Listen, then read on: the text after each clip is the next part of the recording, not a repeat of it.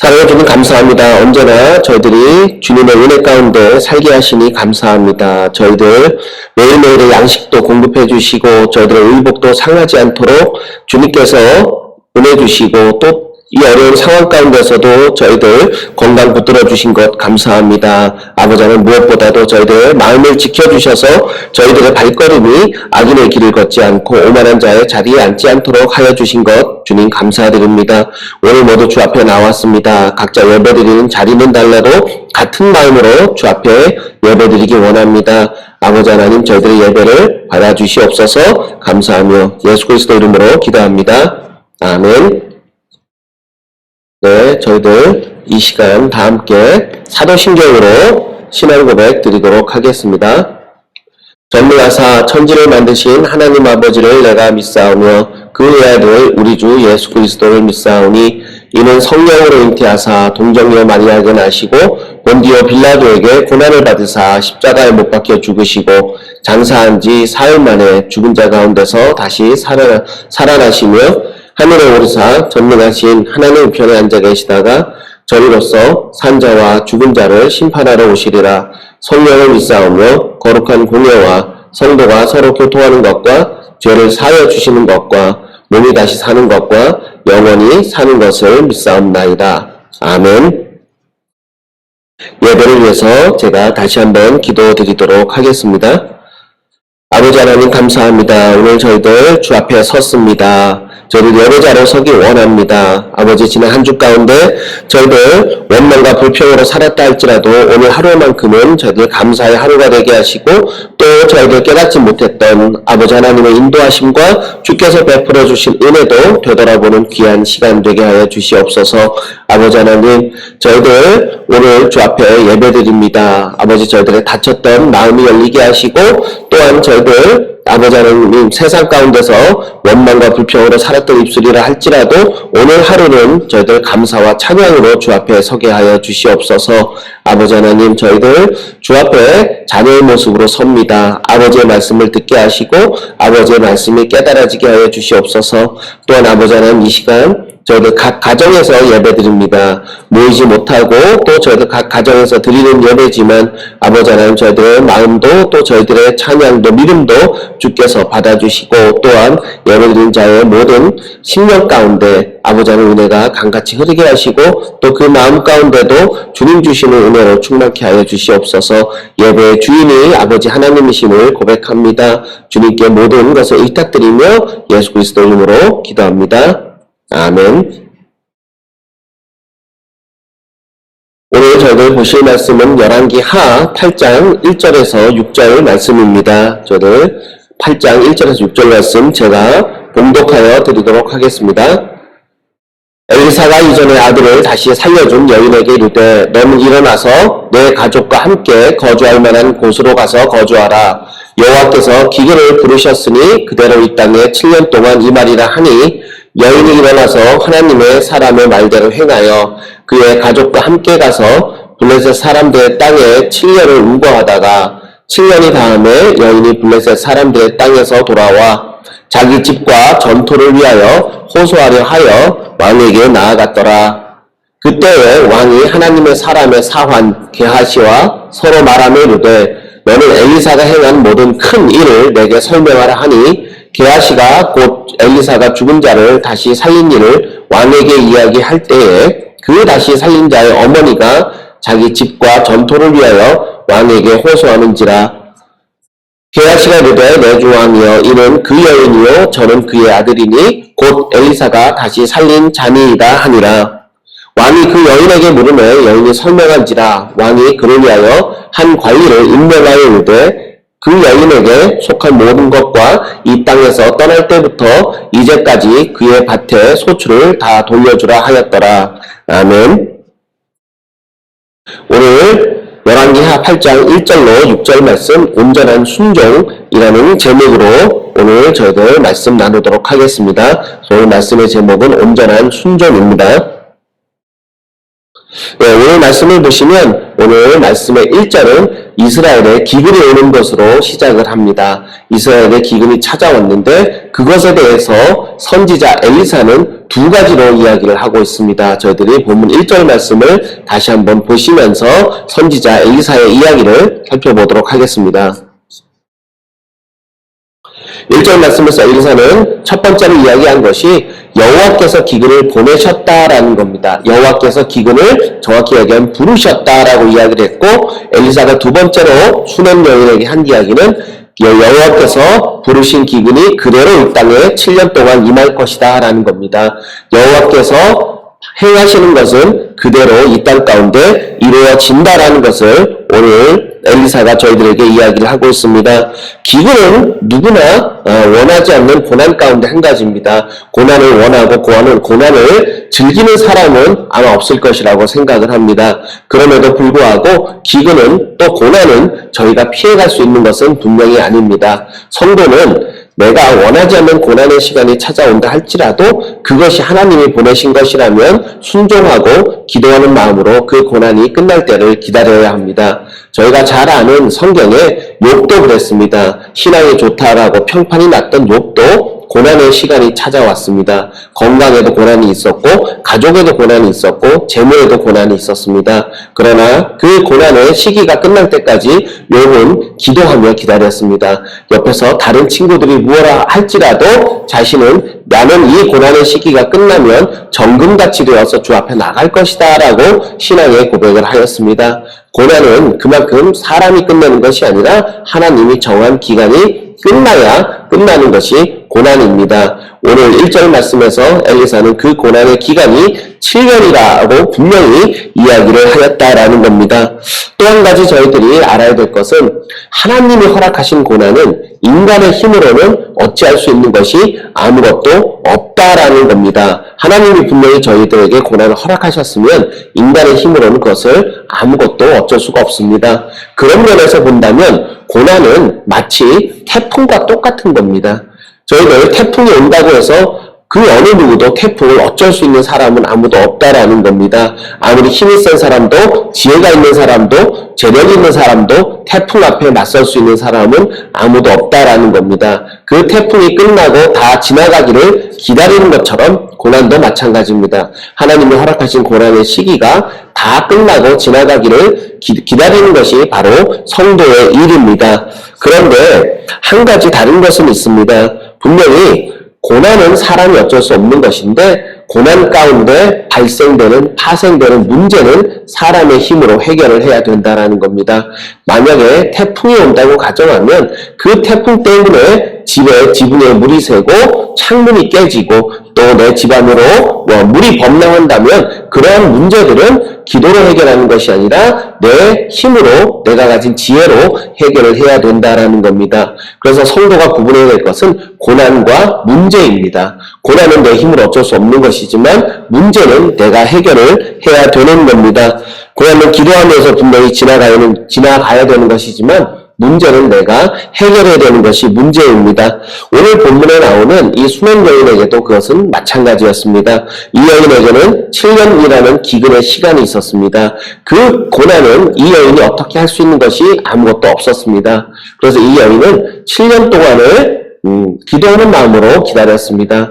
그리고 7년이 지나자 그리고 나서 그 7년 동안 발생되었던 문제들이 바로 무엇이었냐면 자기가 살았던 집도 밭도 남의 것이 되어 있었습니다. 그것을 되찾는 문제는 본인이 해결을 해야 되는 겁니다. 그래서 왕을 찾아갔고 왕에게 내 집과 내 밭을 돌려달라고 이야기를 하게 되는 겁니다. 그래서 저희들이 고난은 어쩔 수 없는데 자기 집에 물 새는 것까지 기도로 해결할 수는 없습니다. 그 문제들은 각자가 자기가 해결을 해야 되는 문제인 겁니다.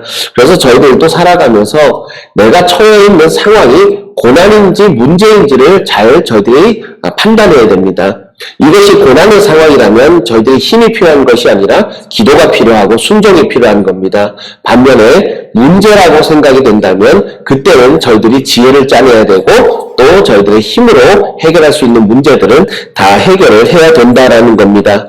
저희들이 그러한 관점에서 지금의 코로나 바이러스 사태를 바라본다면 지금의 이 코로나 사태는 분명히 고난입니다. 왜냐하면 이 사태는 인간의 힘으로 당장 어찌할 수 있는 것이 아무것도 없다라는 겁니다. 그 누구도 이 사태를 끝낼 만한 백신이나 치료제를 가지고 있지 않다라는 겁니다. 참고로 백신은 예방주사와 같은 겁니다.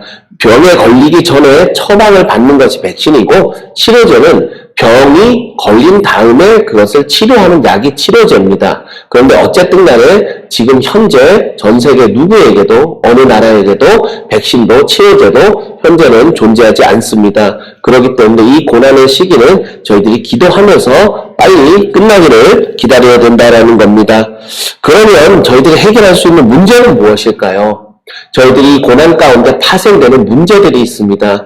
그것이 바로 저희들이 모이지 못한다라는 겁니다. 공공장소에 가지 못한다라는 겁니다. 저희들이 그래서 여러분들도 뉴스를 보시면서 또 인터넷에 나와 있는 기사들을 보시면서 아시겠지만 저희들이 해결할 수 있는 문제는 마스크 사용하는 것을 일상화하고 또 외출 후에는 손과 얼굴을 깨끗이 씻는 것을 저희들이 반드시 지켜야 하고 또 저희들이 사회적 거리두기에도 동참하는 것 그리고 그런 일들을 저희들이 잘 지키고 가급적이면 외출을 삼가하는 것 그것이 바로 저희들이 이 코로나의 고난 가운데서 발생되는 문제들을 해결할 수 있는 겁니다. 저희들이 분명히 사람에게는 태풍이 된 코로나 바이러스든 고난을 막을 만한 힘을 가지고 있는 사람은 아무도 없습니다. 그런데 저희들에게 있는 것은 무엇이냐면 비새는 내 집을 지킬 수 있는 힘은 있고 마스크를 쓴다든지 외출을 삼가한다든지 해서 내 건강을 지킬 수 있는 힘은 저희들에게 있다라는 겁니다. 그래서 지혜로운 사람은 고난을 보고 불평하는 사람이 아니라 문제를 보고 해결하는 사람입니다. 지혜롭지 못한 사람들이 인터넷에 많은 악플을 달고 불평을 하면서 지금의 상황에 대해서 이야기하는 것인데 고난은 인간이 어쩔 수 있는 것이 아닙니다. 이 시기는 불평할 것이 아니라 지혜롭게 지나가야 하는 시기입니다. 그래서 여러분들은 고난 가운데 불평을 하는 것이 아니라 나에게 주어진 상황에서 지혜롭게 대처하시는 여러분들 되시기 바랍니다. 그렇다면 하나님이 저희들에게 고난을 주시는 이유는 무엇일까요? 왜 하나님은 저희들에게 고난을 허락하셔서 저희들이 그 시기를 어렵게 힘들게 보내기를 원하실까요? 하여 분명히 성경에는 그러한 많은 사람들이 있습니다. 고난의 시기를 겪었고 고난을 지내면서 얻었던 유익이 있는 사람들이 많이 있습니다. 오늘은 그 중에 침례 요한의 아버지였던 사가랴의 이야기를 여러분들께 잠시 드리려고 합니다. 참고로 침례 요한은 사도 요한과는 다른 사람입니다. 요한이란 이름이 똑같기 때문에 그것을 구분하기 위해서 침례 요한이다, 사도 요한이다 라고 구분해서 말씀을 드리는 겁니다. 침례 요한은 예수님의 사촌입니다. 정확하게는 사촌 형이죠. 예수님보다 한 6개월가량 먼저 태어났습니다. 그리고 사도 요한은 예수님의 제자입니다. 저희들이 알고 있는 요한복음과 또 요한계시록의 저자가 바로 사도 요한이고 침례 요한은 예수님의 길을 예비했던 선지자가 바로 침례 요한입니다. 저희가 읽는 성경에는 보통 세례 요한이라고 나오는데 제가 침례교에서 공부를 하다 보니까 또 침례교회에 오래 있다 보니까 침례 요한이라는 이름이 입에 붙어서 그런 겁니다. 세례 요한이나 침례 요한이나 똑같은 사람이니 참고하시기 바랍니다. 자, 침례 요한의 아버지 사가랴에게 있었던 고난은 무엇이었냐면 10달 동안 벙어리가 되는 고난이었습니다. 말도 못하고 10달 동안 벙어리가 되는 시기가 있었는데 제사장이었던 사가랴가 대속죄일날, 1년에 한 번 드리는 대속죄일날 지성소에 들어가서 제사를 드리다가 누구를 만났냐면 가브리엘이라는 천사를 만났습니다. 그리고 그 가브리엘이라는 천사는 사가랴에게 무슨 이야기를 했냐면 늙도록 자녀가 없고 아들이 없던 자신에게 하나님께서 아들을 주시겠다라는 그 말씀을 전해들었는데 사가랴는 그것을 믿지 못했습니다. 내가 벌써 나이가 많아 늙었는데 그 일이 어찌 이루어지겠느냐라고 반문하며 믿지 못했습니다. 그때 이제 사가랴가 했던 이야기가 있습니다. 그것이 바로 누가복음 1장 18절 20절에 기록이 되어 있는데 사가랴가 천사에게 이야기한 것이 무엇이었냐면 내가 늙고 안 해도 나이가 많으니이다 라고 이야기를 하자 천사가 하는 말은 이 일이 되는 날까지, 그러니까 사가랴의 아내가 자녀를 출산할 때까지 내가 말 못하는 자가 되어 능히 말을 못하리니 라고 이야기하였습니다. 그리고 그 이유가 내가 내 말을 믿지 아니하였기 때문에 이 일이 이루어진다라고 오늘 이야기를 하고 있는 겁니다. 그러니까 저희가 그냥 계산을 해보면 어떻게 되는 거냐면, 사가랴의 아내였던 엘리사벳이 바로 이날 임신을 하였다 할지라도 사가랴는 최소한 10달 동안을 벙어리로 지냈다라는 이야기가 나옵니다. 그러니까 10달 이상을 사가랴는 벙어리로 지낸 겁니다. 사가랴는 분명히 제사장이었습니다. 그리고 이날 지성소에 들어가서 모든 백성을 위해서 제사를 이렇게 드렸었는데, 그런데 그날 무슨 일이 벌어졌냐면 바로 벙어리가 된 겁니다. 제사를 드리고 나서 벙어리가 되었는데, 사가랴 자신도, 제사장인 자신이 이렇게 벙어리가 된 것이 믿겨지지 않았고, 사람들 앞에 그 이야기를 또 다 이야기하기도 창피하고 부끄러워서 이야기하지 못했습니다. 또 사실 본인 스스로도 이미 늙어서 아이 낳기를 포기했던 사람입니다. 그랬던 자신에게 이뤄진 이 모든 일들을 사가랴가 말하지 못했었는데, 무엇보다도 이런저런 이야기를 다 떠나서 정상인으로 살던 사람이 장애가 생기면 굉장히 불편합니다. 저도 인대가 늘어나서 오른팔을 잘 사용하지 못하는데, 심지어 어떤 때가 있냐면 이게 너무 아플 때는 양치를 못할 정도로 굉장히 아픕니다. 그래서 이제 저희 노아나 엘리야가 안아달라 그러면 가끔씩 왼팔로 안아줄 수밖에 없는데, 참 저희가 팔 하나에 인대가 늘어나도 이 정도인데 말을 하는 입이 벙어리가 된다라고 하면 엄청난 불편함이 아마 삶 가운데 있을 거라고 생각을 합니다. 사가랴에게는 이 10달의 시간이 참 어려운 시기였고 고난의 시기였습니다. 근데 저희가 언뜻 생각하면 분명히 장애가 생겼고 자기의 체면에 문제가 생겼습니다. 그러면 불편하고 창피하고 어려운 고난의 시기일 것 같은데, 오히려 성경은 무엇이라고 기록을 하고 있냐면 이 시기가 사가랴에게는 축복의 시간이었다라고 기록을 하고 있다라는 겁니다. 그 이유가 무엇이냐면, 사가랴가 벙어리가 되어서 보니까 다른 사람들하고는 말을 할 수가 없었습니다. 다른 사람들하고는 내가 말을 할 수가 없어서 만날 수조차 없었는데, 그러다 보니까 말할 수 있는 유일한 사람이 바로 하나님 한 분이었습니다. 그래서 사가랴는 이 10달 동안이 기도하는 시간이었고 하나님과 교제를 하는 시간이었습니다. 하나님하고만 10달 동안 교제할 수 있고 기도할 수 있는 것은 고난이 아니라 분명히 사가랴에게 축복의 시간이었습니다. 또한 스스로의 신앙을 되돌아보는 시간이었을 겁니다. 나는 왜 제사장인데 믿음이 없었을까? 천사를 내 눈으로 분명히 목격을 하고 그 이야기를 들었는데 나는 왜 믿지를 못하였을까? 회개할 수 있는 시간이었고 하나님 앞에 다시 바로 설 수 있는 축복의 시간이었을 겁니다. 그리고 나서 아들 요한을 출산하고 나서 사가랴가 벙어리가 된 입이 다시 정상으로 돌아오게 되는데, 그때 사가랴가 하는 이야기를 저희들이 들어보면, 사가랴가 아들을 낳자 말을 못하니까 서판을 달라 하여 그 이름을 요한이라고 쓰였을 때, 그때 그 입이 열리고 혀가 풀리며 다시 말을 하게 되었는데, 그때 사가랴가 하였던 말은 무엇이었냐면 하나님을 찬송하는 것이었습니다.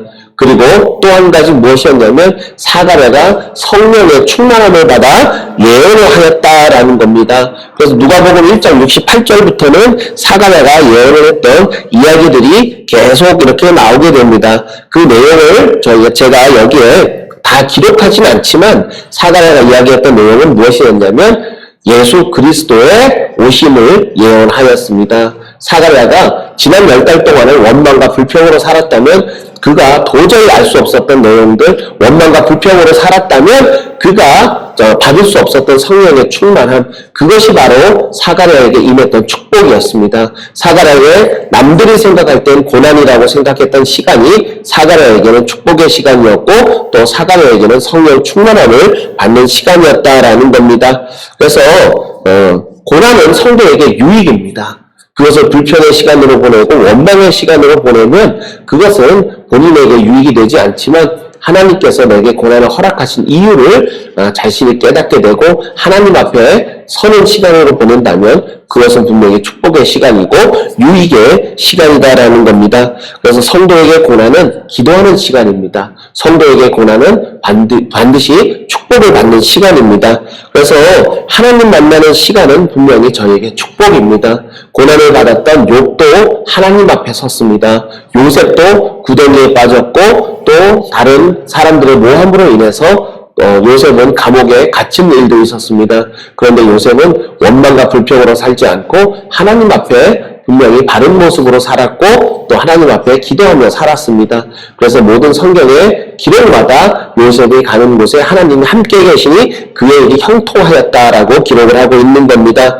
고난은 반드시 지나갑니다. 그런데 고난이 지나가고 나서 나에게 남는 것이 무엇이냐가 중요합니다. 욥처럼 요셉처럼 또 사가랴처럼 성령 충만함이 남아야 되고 하나님의 축복이 남아야 합니다. 그렇지 않으면 저희는 세상 사람들처럼 이 고난을 원망하고 불평하며 보내게 되는 겁니다. 만약에 여러분들이 고난 가운데 계시다면 하나님께 감사하시기 바랍니다. 저희들은 이 고난 가운데 자녀들과 더 많은 시간을 보낼 수 있게 되었습니다. 그것에 감사하시고 또 저희들이 이 고난 가운데 또 술자리가 줄어들어서 또 술을 끊을 수 있는 기회가 되었습니다. 사람들을 만나지 않으니까 금연도 할 수 있는 기회가 되었습니다. 그것에도 저희들 분명히 감사해야 됩니다. 또 자영업을 하시는 분들은 분명히 수입이 줄었을 겁니다. 그런데 저희가 이 고난의 시기가 지나고 나서 보면 무엇을 알게 되냐면 수입이 줄어도 하나님의 은혜로 살 수 있다는 것을 저희들 깨닫게 됩니다. 그래서 저희들 이 고난의 때에도 하나님을 바라보면 감사할 것은 굉장히 많습니다. 그래서 이럴 때일수록 저희들이 모이지 못해도 저희들을 여러분들 각 가정에서 생명의 삶을 통해서 묵상을 하시고 더욱더 말씀에 정진하시고 기도의 시간으로 보내시기 바랍니다. 이 시간은 하나님이 기도하라고 주신 시간이고 각자가 말씀 보는 훈련을 하도록 주신 시간입니다. 그래서 고난은 하나님이 사랑하는 자에게 주시는 축복입니다. 그것을 기억하시기 바랍니다. 오늘 본문에 나오는 여인은 하나님의 사람 엘리사를 극진히 대접하였던 수는 여인입니다. 이 여인은 처음부터 사실 엘리사가 하나님의 사람이라고 생각을 해서 대접한 것은 아닙니다. 이 여인에 대한 기록을 살펴보면 무엇이라 기록을 하고 있냐면 이 여인은 지나가는 나그네 대접하기를 즐겨하였다라고 기록을 하고 있습니다. 지나가는 나그네를 매일같이 대접하다 보니 엘리사를 만난 겁니다. 나그네라고 생각을 했는데 하나님의 사람을 만난 겁니다. 그리고 이 여인이 엘리사가 하나님의 사람이라는 것을 알게 된 이후로는 더욱더 극진히 엘리사를 섬겼습니다. 하나님을 대하듯 섬기고 엘리사 입에서 나오는 말씀을 하나님의 말씀으로 받아들여서 순종을 하였습니다. 그리고 나서 들은 말씀이 바로 오늘 본문의 이야기입니다. 그래서 이 여인을 보면 저희들이 한 가지 알 수 있는 것이 있습니다. 이 여인이 분명히 기근을 피해서 가족들과 함께 이스라엘을 떠나고 블레셋 지역으로 갔는데 오늘 성경을 자세히 보면 이 여인은 기근 때문에 간 것이 아니라 말씀 때문에 갔다라는 것을 저희들이 분명히 알 수 있습니다. 저희들이 성경 말씀을 2절 말씀을 함께 보도록 하겠습니다. 2절 말씀은 무엇이라 기록을 하고 있냐면 여인이 일어나서 하나님의 사람의 말대로 행하였다라고 하였습니다. 기근이 와서 피한 것이 아니라 말씀을 듣자마자 하나님의 사람의 말대로 행하였다라고 오늘 성경은 기록을 하고 있다라는 겁니다. 하나님께 순종하는 사람들은 말씀을 들었을 때 즉각 일어나서 순종하는 사람입니다. 말씀을 듣고도 기근이 진짜로 오는지 안 오는지 살펴보다가 상황을 보고 대피하는 것이 아니라 기근이 오든지 오지 않든지 하나님의 말씀을 들었기 때문에 바로 이 여인은 순종을 하고 이스라엘을 떠난 것입니다. 기근 때문에 떠나는 사람은 사실은 말씀을 듣고도 바로 떠나지 않습니다. 상황을 지켜봅니다. 진짜로 기근이 오나 안 오나를 봅니다. 그래서 기근이 오지 않으면 떠나지 않고 기근이 오면 그때 떠나야지라고 생각을 합니다. 그런데 기근이라는 것이 저희가 뭐 하루 이틀 기다려봐서 알 수 있는 것은 아닙니다. 추수할 때가 되어야 되고 추수한 것이 또 판매가 되어야 되고 또 그것을 보면서 아 올해는 흉년이구나 풍년이구나 그것을 보면서 하면서 저희들이 판단을 하게 되는데 그것은 적어도 몇 개월이 걸릴 수도 있고 또 몇 년이 걸릴 수도 있습니다. 그래서 온전하지 못한 순종은 때를 지켜보면서 상황에 따라 하나님 말씀을 듣는 겁니다. 그런데 온전한 순종은 때와 상황과 상관없이 말씀 때문에 순종하는 것이 바로 온전한 순종입니다. 그래서 온전한 순종은 하나님의 말씀이 들려질 때 바로 일어나고 바로 순종하는 것입니다. 그런데 저희들이 순종하기 어려운 이유는 무엇이냐면 말씀을 몰라서가 아니라 말씀에 순종했을 때 내가 보게 되는 손해들 때문입니다. 만약에 내가 대피를 했는데 기근이 오지 않으면, 내가 만약에 대피를 했는데 아무 일도 벌어지지 않으면 나는 손해를 보게 되는 겁니다. 그런데 사실 순종은 손해를 보는 것 같지만 더 큰 것을 얻게 되는 것이 바로 순종입니다. 지금 내 것을 드리고 하나님 것으로 채우는 것이 순종입니다. 저희들이 성경에 나오는 순종은 다 그런 것입니다. 말씀이 들릴 때 순종하고 하나님께서 더 큰 것으로 채워주는 것, 더 많은 것으로 부어주시는 것, 그것이 순종으로 받는 축복입니다. 순종은 그래서 어찌 보면 투자와 같은 겁니다. 여러분들 중에도 주식을 투자하고 부동산에 투자하고 많은 것에 투자하는 분들이 계실 겁니다. 투자는 어떻게 하죠? 내 돈 가지고 합니다. 또 은행에서 빌리기도 합니다. 심지어 돈이 없는데도 은행에서 빌려서도 우리는 투자를 합니다. 그러면 마이너스가 됩니다. 그런데 투자를 하고 기분 나빠하는 사람은 없습니다. 투자를 해놓고 사람들은 무엇을 기대하죠? 아파트값이 올라갈 것을 기대하기 때문에 기분이 좋습니다. 내가 매일 은행에 돈을 내고 있습니다. 내 분명히 신용은 더 떨어졌습니다. 내가 은행에서 돈을 빌렸기 때문에 신용점수가 하락을 했고 나는 매달 은행에 돈을 갚아야 되는데도 기분은 좋습니다. 주식에 투자한 사람들도 마찬가지입니다. 분명히 내 돈을 투자해서 내 통장에서 돈이 빠져나갔는데 주식이 오르기 때문에 기분이 좋은 겁니다. 당장 오르지 않더라도 이것은 분명히 언젠간 오를 거야라는 확신이 있기 때문에 저희들이 내 돈을 먼저 투자하고도 기분이 좋을 수 있다라는 겁니다. 이것은 하나님께 순종하는 것도 사실은 마찬가지입니다. 투자는 내 돈을 먼저 내고 나중에 그것을 부풀려서 돌려받는 것이고 저희들이 성경에 나오는 순종은 하나님께서 내게 원하시는 것을 먼저 드리고 하나님께서 그것을 100배로 갚아주시는 것이 바로 순종입니다. 저희들이 잘 아는 아브라함이 그랬습니다. 노년에 100세가 되어서 귀한 아들을 얻었습니다. 그런데 그 아들을 하나님이 어느 날 달라고 하였습니다. 이삭을 달라고 하였을 때 아브라함은 하나님을 믿고 하나님께 순종했습니다. 그리고 나서 하나님께 드리려고 했을 때 하나님이 아브라함을 만류하셨고 이후로 아브라함은 무엇을 얻게 되냐면 하늘의 별과 같이 수많은 후손을 이삭을 통해서 얻게 되었습니다. 하나님께 순종을 했을 때 아브라함이 얻었던 어마어마한 복이었습니다. 그리고 아브라함은 믿음의 조상이라는 타이틀도 더불어 얻게 되었습니다. 오늘 본문에 나오는 이 수면 여인도 마찬가지입니다. 분명히 말씀에 순종을 했습니다. 그래서 7년을 떠나 있었습니다. 그래서 자신이 그 7년 동안 잃은 것이 있었습니다. 밭도 잃었고 집도 잃었고 많은 것을 잃었습니다. 그 밭에서 나와야 되는 모든 소출도 잃었다고 생각을 했는데 7년을 지나고 다시 돌아와 보니 하나님께서 이 여인에게 베풀어 준 은혜가 있었습니다. 바로 집도 되찾고 밭도 되찾고 7년 동안 그 밭에서 나온 소출도 이 여인이 다 도로 받게 되었다라는 겁니다. 그래서 온전한 순종은 반드시 축복을 받습니다. 예수님도 분명히 나를 위하여 집과 전토와 모든 것을 버린 자는 이 세일 가운데 분명히 100배를 돌려받고 영생을 받지 못할 자가 아무도 없다라고 분명히 말씀을 하셨습니다. 저희들의 순종은 말씀 때문에 하는 것이고 예수님 때문에 하는 겁니다. 저희들이 상황 때문에 때를 가려서 또 무엇 다른 것 때문에 타협을 하면서 하는 것이 순종이 아니라 순종은 말씀 때문에 하는 것임을 기억하시기 바랍니다. 주의 뜻을 이루는 순종은 바로 하나님의 말씀이 들릴 때 내가 일어나는 겁니다. 또한 순종은 계산하지 않고 하는 겁니다. 저희들이 계산하고 하는 순종은 어찌 보면 타협입니다. 순종은 계산하지 않고 하는 것인데 오늘 3절에 나오는 이 여인의 순종을 저희들이 한번 보도록 하겠습니다.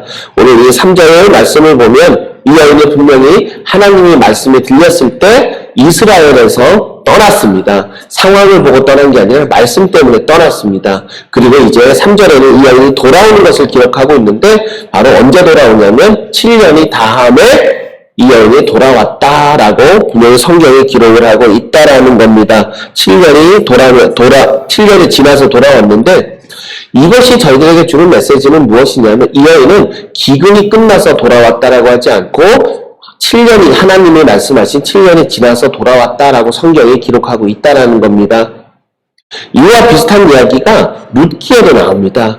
룻의 시어머니였던 나오미는 이스라엘을 떠나서 모압 지방에 가서 살았습니다. 그리고 모압에서 이스라엘로 베들레헴이란 도시로 다시 돌아올 때 어떻게 돌아왔다라고 성경에 기록하고 있냐면 베들레헴에 풍년이 들어서 그곳에 먹을 것이 많다라는 소문을 듣고 돌아왔습니다.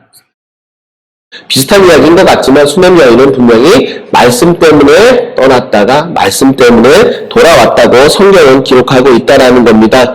분명히 기근이 끝났다 할지라도 이스라엘에는 먹을 것이 풍족하지 않았을 겁니다. 기근이 끝난다 할지라도 식량이 풍족해지려면 다음 해에 소출이 나와야 되고 다음 해에 수확이 있어야 됩니다. 그때까지 먹을 거 없기는 마찬가지입니다. 그런데 이 여인은 상황을 보니 이제 내가 먹을 것이 있겠구나 라고 해서 돌아온 것이 아니라 상황과 관계없이 바로 하나님의 하나님이 말씀하셨던 7년의 시간이 지났기 때문에 이제 돌아온 겁니다. 이 여인이 아마 조금 더 현실적인 사람이었다면 7년이 지나고 추수하는 거 보고 돌아왔을 겁니다. 추수가 잘 됐는지 살펴보고 돌아왔을 텐데 이 여인은 현실적이지 못했습니다. 하나님 말씀 때문에 떠났고 하나님 말씀 때문에 돌아온 겁니다. 그래서 이 여인이 하나님 앞에 행했던 모든 것이 바로 온전한 순종입니다. 세상과 타협하지 않고 개선하지 않고 또 하나님 말씀대로 온전한 순종을 하나님 앞에 드린 겁니다.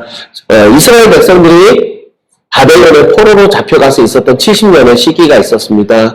70년이 지나고 나서 보니까 어떤 일이 벌어졌냐면 바로 고레스라는 왕이 이 백성들에게 너희는 다시 돌아가도 좋다라고 조서를 선포하였습니다. 물론 고레스 왕이 선포하였지만 이것은 하나님께서 고레스 왕을 통해서 하신 역사입니다. 그런데 더 놀라운 것은 무엇이냐면 하나님이 이방인을 사용하셔서 역사하신 것도 놀랍지만 하나님의 말씀이 선포되었을 때 순종하지 않았던 많은 이스라엘 백성들이 있었다라는 것이 사실은 더 놀라운 일입니다. 70년간을 바벨론에서 살다 보니까 바벨론의 문화와 바벨론의 언어와 또 바벨론에서 정착해서 살고 있던 편안함 때문에 이들이 떠나지 않았던 겁니다. 저도 10몇 년을 미국에서 살아봤지만 10몇 년을 살아도 그 나라의 문화에 어느 정도 적응이 되고 언어에 적응이 되고 또 돌아올 때는 또 여러 가지 불편함이 있습니다. 버려야 될 것도 많고 또 가지고 오지 못하는 것도 많습니다.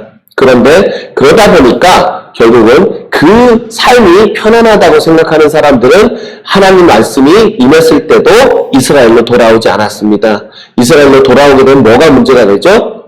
예루살렘은 이미 다 폐허가 돼서 사람 살지 않는 곳입니다. 집도 다 새로 지어야 됩니다. 성전도 새로 지어야 됩니다. 외적의 침입에 반비를 할 성벽도 없는 상황입니다. 그래서 정말 폐허가 된 곳에서 새로 처음부터 모든 것을 다 해야 되는데 굳이 내가 거기를 가야 된다라고 생각한 사람은 그렇게 많지 않았습니다. 예배는 바벨론에서도 드릴 수 있는 것 아닌가? 예배는 내가 하나님만 믿음할 수 있는 것 아닌가라는 생각이 있었기 때문에 말씀이 임했을 때도 그들은 거기에 순종하지 않았습니다. 이번 주에 저희가 묵상했던 생명의 샘 말씀 학계가 바로 그러한 때에 쓰여진 말씀입니다. 먼저 느헤미야 선지자를 통해서 하나님이 백성들을 돌아오게 하였고 학계 선지자를 통해서 말씀을 전하고 그들에게 성전 짓는 일들을 독려하신 겁니다. 학계와 느헤미야를 비롯해서 수많은 사람들 그때 모든 상황을 다 뒤로 한 채 오직 하나님의 말씀이 임했을 때 그 말씀만 붙잡고 돌아온 사람들이 바로 성경의 이름이 기록이 되어 있습니다.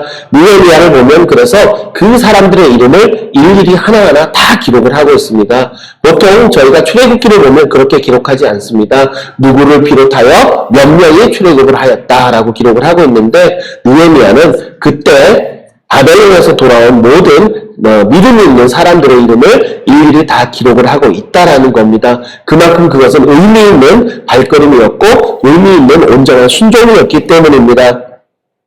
그래서 저희들 성경에 기록된 믿음의 조상들은 다 순종을 즐겨했던 자들입니다. 계산도 빠르지 않았고 현실적이지도 않았습니다. 수넴 여인도 그랬고 욥도 그랬고 요셉도 그랬고 이스라엘을 재건했던 바벨론에서 돌아왔던 그 믿음의 선조들도 동일했습니다. 신앙생활은 계산으로 하는 것이 아니라 순종으로 해나가는 겁니다. 그래서 순종은 저희들이 계산적으로 하거나 내 감정이나 상황에 따라 하는 것이 아니라 말씀 때문에 반드시 해야 됩니다. 저희들 순종은 온전한 순종은 오직 말씀 때문에 내가 하는 것이 온전한 순종인데 저희들도 사실 지금 이 상황 때문에 저희들이 교회에 모이지 못하고 온라인으로 예배를 드리고 있습니다. 하지만 저희들 언제라도 하나님의 말씀이 임하면 저희들은 다시 교회로 모일 것입니다. 예배는 정부의 시책에 따라 드리는 것이 아니라 말씀에 따라 드리는 것이 예배입니다. 성도는 정부를 거역하라는 것이 아니라 어떠한 것보다도 하나님의 말씀이 우선이다라는 것을 말씀을 드리고자 하는 겁니다. 분명히 코로나 바이러스는 고난입니다. 저희가 어찌할 수 없는 겁니다. 그런데 정부의 방침은 저희들에게 문제입니다. 저희들이 지혜롭게 해결할 수 있다라는 이야기입니다. 성도는 고난을 위해서는 기도하지만 문제는 지혜롭게 해결을 해야 됩니다. 그래서 정부도 예배를 드리지 말라고 하지 않았습니다. 7대 지침을 지키면 예배를 드리는 것을 허락한다라고 괜찮다라고 이야기를 한 겁니다. 그래서 저희들도 다시 예배를 드리는 날이 있을 겁니다. 물론 저희들이 지혜롭게 모든 정부의 지침을 따르면서 예배를 드리겠지만 저희들 항상 가장 중요한 것은 내가 하나님의 말씀에 먼저 귀를 기울이고 있는 것이 가장 중요한 것입니다. 그래서 하나님의 모든 성도님들은 오늘 본문에 나왔던 수넴 여인처럼 상황과 타협하지 않고 저희들이 계산하지 않고 순종하시는 분들이 되시기 바랍니다. 분명히 저희들을 제가 수넴 여인 하지만 그렇게 이야기하는 이유는 이름이 성경에 기록되어 있지 않기 때문입니다. 그런데 하나님 무엇을 기록하셨냐면 이 여인의 믿음을 기록하셨고 하나님의 생명책에는 이 여인의 이름을 기록하셨다라는 겁니다. 그래서 하나님은 계산하는 사람이 아니라 순종하고 하나님 앞에 믿음으로 나오는 사람을 기억하시고 상 주시는 분입니다. 저희들 이 땅 가운데서는 저희들이 타협하고 계산하면 잘 사는 것 같지만 하나님 보시기에는 계산과 타협보다 우직하게 순종하는 자를 더 기억해 주신다라는 겁니다. 그래서 여러분들이 하나님이 허락하신 고난 가운데 있을지라도 또 하나님께 순종하는 마음으로 이 고난의 시기를 지내시기 바랍니다. 그래서 고난은 요셉처럼 신앙의 성숙을 이뤄가는 시기이기도 하고 또 욥처럼 또 정금같이 주 앞에 나가기는 시기이기도 하고 사가랴처럼 하나님과 더욱더 친밀해질 수 있는 시기이기도 합니다. 그래서 고난은 저희 모두에게 유익이고 축복입니다. 그래서 오늘 예배에 나오신 모든 분들은 이 예배 가운데 또 하나님이 주시는 고난의 유익을 찾으시고 항상 감사하시고 언제나 하나님 말씀에 온전히 순종하심으로 하나님의 뜻을 이루어 가시는 여러분들 되시기를 그리스도 이름으로 축원합니다. 다 함께 기도하시고 제가 축도로 마치도록 하겠습니다. 아버지 하나님 감사합니다. 저희들 온전한 순종을 이뤄가는 자를 되게 하여 주시옵소서. 타협과 계산하지 않는 온전한 순종 되게 하시고 저희들이 말씀에 순종함으로써 육체의 일이 아니라 주의 일을 이루어가는 저희들 되게 하여 주시옵소서. 또한 아버지 하나님 저희들 고난의 유익도 깨닫게 하시고 감사하는 저희들 되게 하시고 더욱더 영적으로 성장하는 저희들 되게 하여 주시옵소서. 아버지 하나님 저희들 같은 교회에 저희들 모아주셨습니다. 저희들이 각자의 오늘 처소에서 예배를 드렸지만 마음은 하나 되게 하시고 이 고난 가운데 동일한 기도로 주 앞에 나가는 자가 되게 하여 주시옵소서. 저희들 주 안에서 언제나 하나 되고 한 마음으로 기도하여 또 저희들 한 몸을 이루는 교회 되기를 간절히 소원합니다. 이제는 예수 그리스도의 십자가의 은혜와 하나님의 극진하신 사랑과 또 성령님의 교통하심과 감화 감동하심이 세상 다른 것보다도 무릇 마음을 지키고 믿음을 지키고 주의 은혜를 지켜서 또 끝까지 아버지 하나님 앞에 순종하는 자로 살아가기 원하는 모든 주의 자녀들과 가족들과 속한 권속들에게 아버지 하나님이 주시는 또 순종의 축복과 아버지 하나님의 풍성하신 은혜가 늘 충만하기를 축원하옵나이다. 아멘. 오늘 이것으로 저희들 주일 온라인 예배를 마치도록 하겠습니다.